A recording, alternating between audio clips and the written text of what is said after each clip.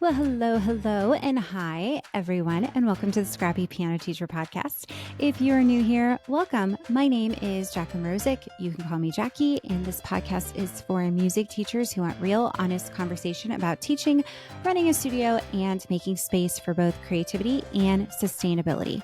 Around here, I like to make us laugh, we troubleshoot, and we get scrappy about the challenges that come with being an independent music teacher in this world. And today we are talking about asynchronous lessons, what they are, why they work, and how you can start using them in your own studio. Before I jump in, I do want to mention my music staff, which is a software program for independent music teachers. They are not sponsoring this episode, but they did give me a free 60-day access link that you can grab in the show notes at mymusicstaff.com/Scrappy Piano Teacher.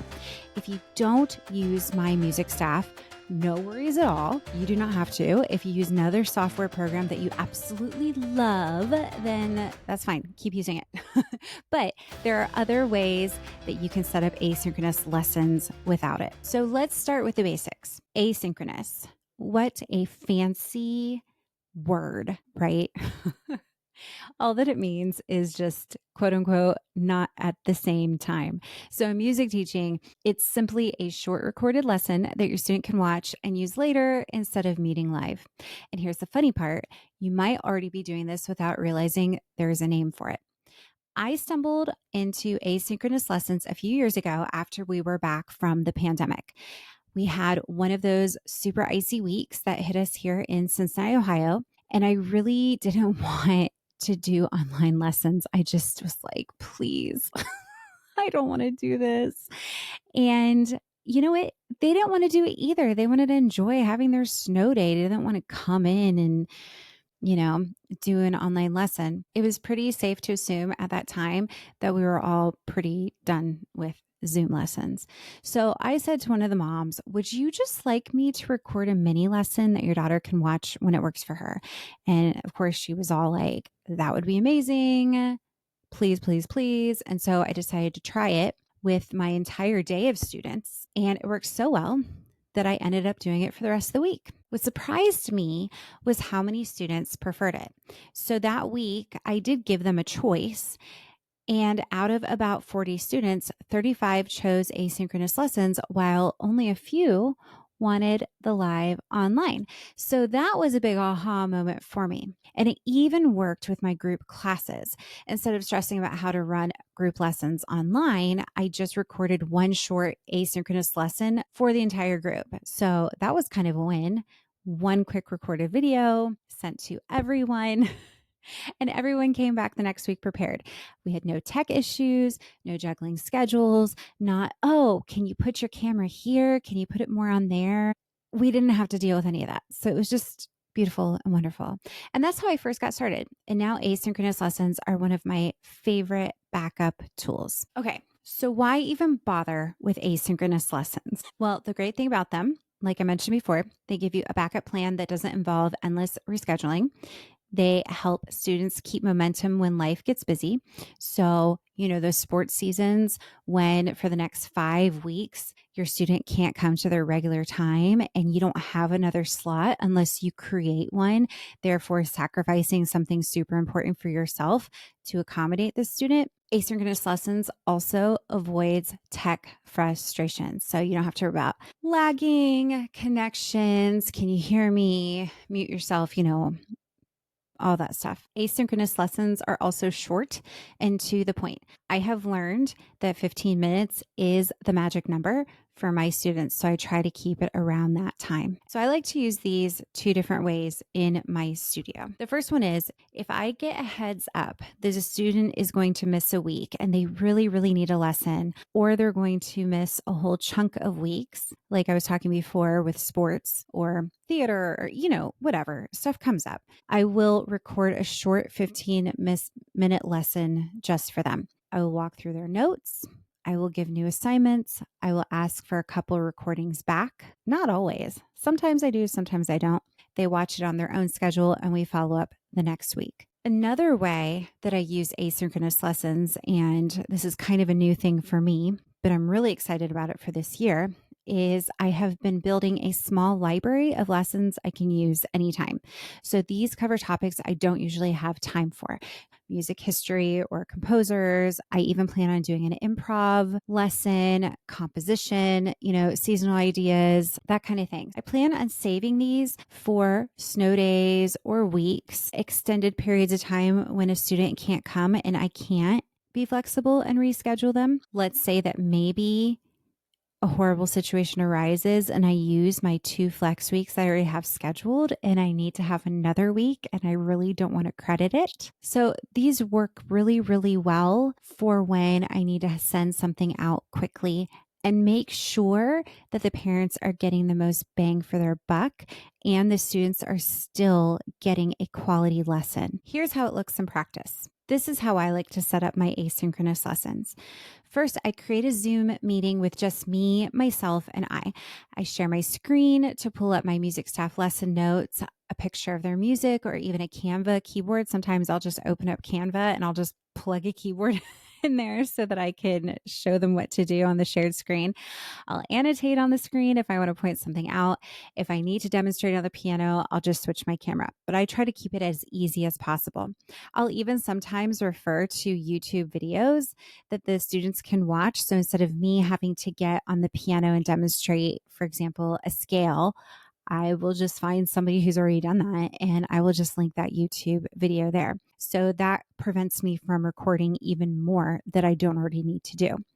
And when I'm done, Zoom gives me a recording link. I will upload that video to YouTube as an unlisted link, or you could do a private link as well. And then I send that link to the student and the parent. It's easy, it's clean, and there's no fancy editing required. I really like this as well because before I see the student again, or let's say if I have to create another asynchronous lesson for them, I can actually go onto YouTube and see how many views are of that video. And considering that link only went to that one student, if there's no views, then I know that the student didn't watch it.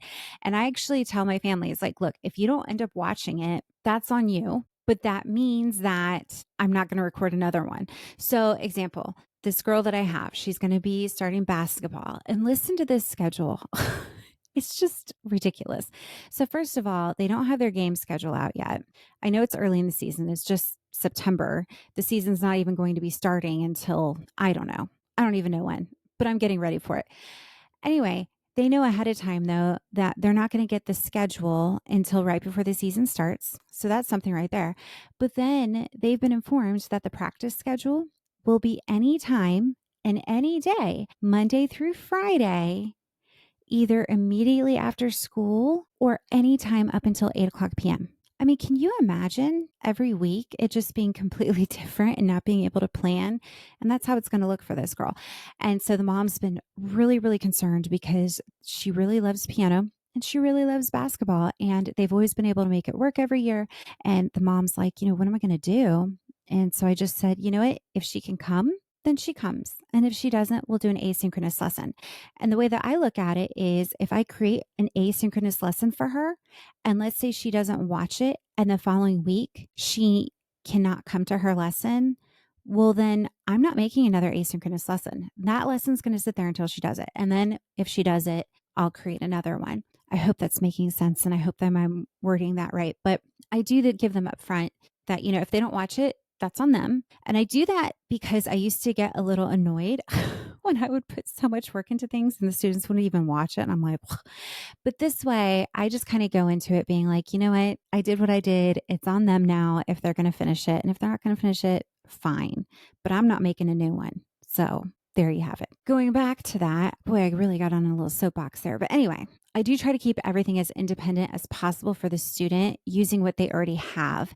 If I do send a fun extra worksheet or bonus piece, I make it optional because not every family has a printer or the time to mess with downloads. So I definitely try to keep materials with what they already have and what the student can do as much as possible if their parent is not accessible. Now, as I create my little library of asynchronous lessons, I also am going to be creating some lessons that are catered to different ages. So some stuff for the littles, some stuff for my older students, the high schoolers, the middle schoolers. So just making them age appropriate and maybe offer them a few fun videos to watch, keep it short and simple. So I think it'll be good. And who knows, maybe Cincinnati will get really lucky this winter and we won't have any ice storms. I guess that means no snow days. You can take that either way. I would consider that a blessing. I think the kids would be really sad about it.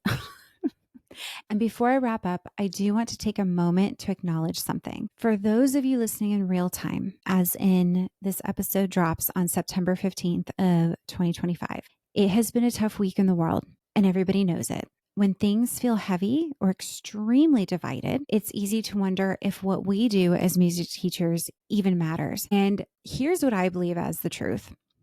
As music teachers, we have one of the most important jobs. We are constants in our students' lives, often for years. I mean, think about it. What other activities do students do week after week, year after year? I've had students 5 years. I've had students for up to 13 years. Anywhere in between that, really. I mean, what other teachers do these children have as they're growing up that are as much of a constant as we are? And we see them through so many seasons, right? We see them when parents are divorcing, when they make those sports teams, when they make the theater lead, or maybe when they only get in the ensemble. We see it and we are there for them through all of it. Our studios can be a place of security, positivity, and creativity that they always know that they can come back to. And music also gives our students a voice. It gives them a way to express themselves when words simply are not enough. And it teaches them empathy. Every time a student listens to or interprets a piece of music, they practice understanding a perspective that is not their own. That is powerful. It's a healthy way for them to process feelings and to learn respect for others, even when they don't agree. And here's what I really have to remind myself often. It is not our job to impose our beliefs, whether we agree with the world around us or not. My personal faith is extremely important to me. I am not very quiet about that, and I teach many families who share those values, but I also teach families who don't. And my role as their teacher is to respect them and to love them, to love each student who comes through my studio door just as much as the next, and to share my love of music with them. And the truth is, our students may not remember every piece that we teach them, which I know is kind of soul crushing, but they won't. But what will they remember? They hopefully will remember the feeling of being encouraged, inspired, and safe coming to lessons in our studios. They'll remember us as role models, the adults who showed up for them week after week, who gave them a voice through music, and who taught them how to listen with empathy. And I think that is just one of the many legacies we get to leave as teachers. So remember that you matter. You are very important. And I'm so grateful for you and the work that you do. Whew. Okay. What were we talking about? Asynchronous lessons. You guys, it has been a week. So I think that's another example, right? We are music teachers. We're going from educating to the emotional stuff and back to educating. So there you have it. Asynchronous lessons. Thank you. Thank you for letting me get that off of my chest. So back to the asynchronous lessons. Whether it's a backup for sick days, an alternative to makeup lessons, or a way to sneak in topics you usually don't cover, asynchronous lessons really are worth trying. Thanks so much for listening to me today. I would love it if you would be a pal and give me some 5 stars on Spotify or YouTube. And as always, keep creating music, keep finding the joy, and keep it scrappy. And I'll see you next time. Bye.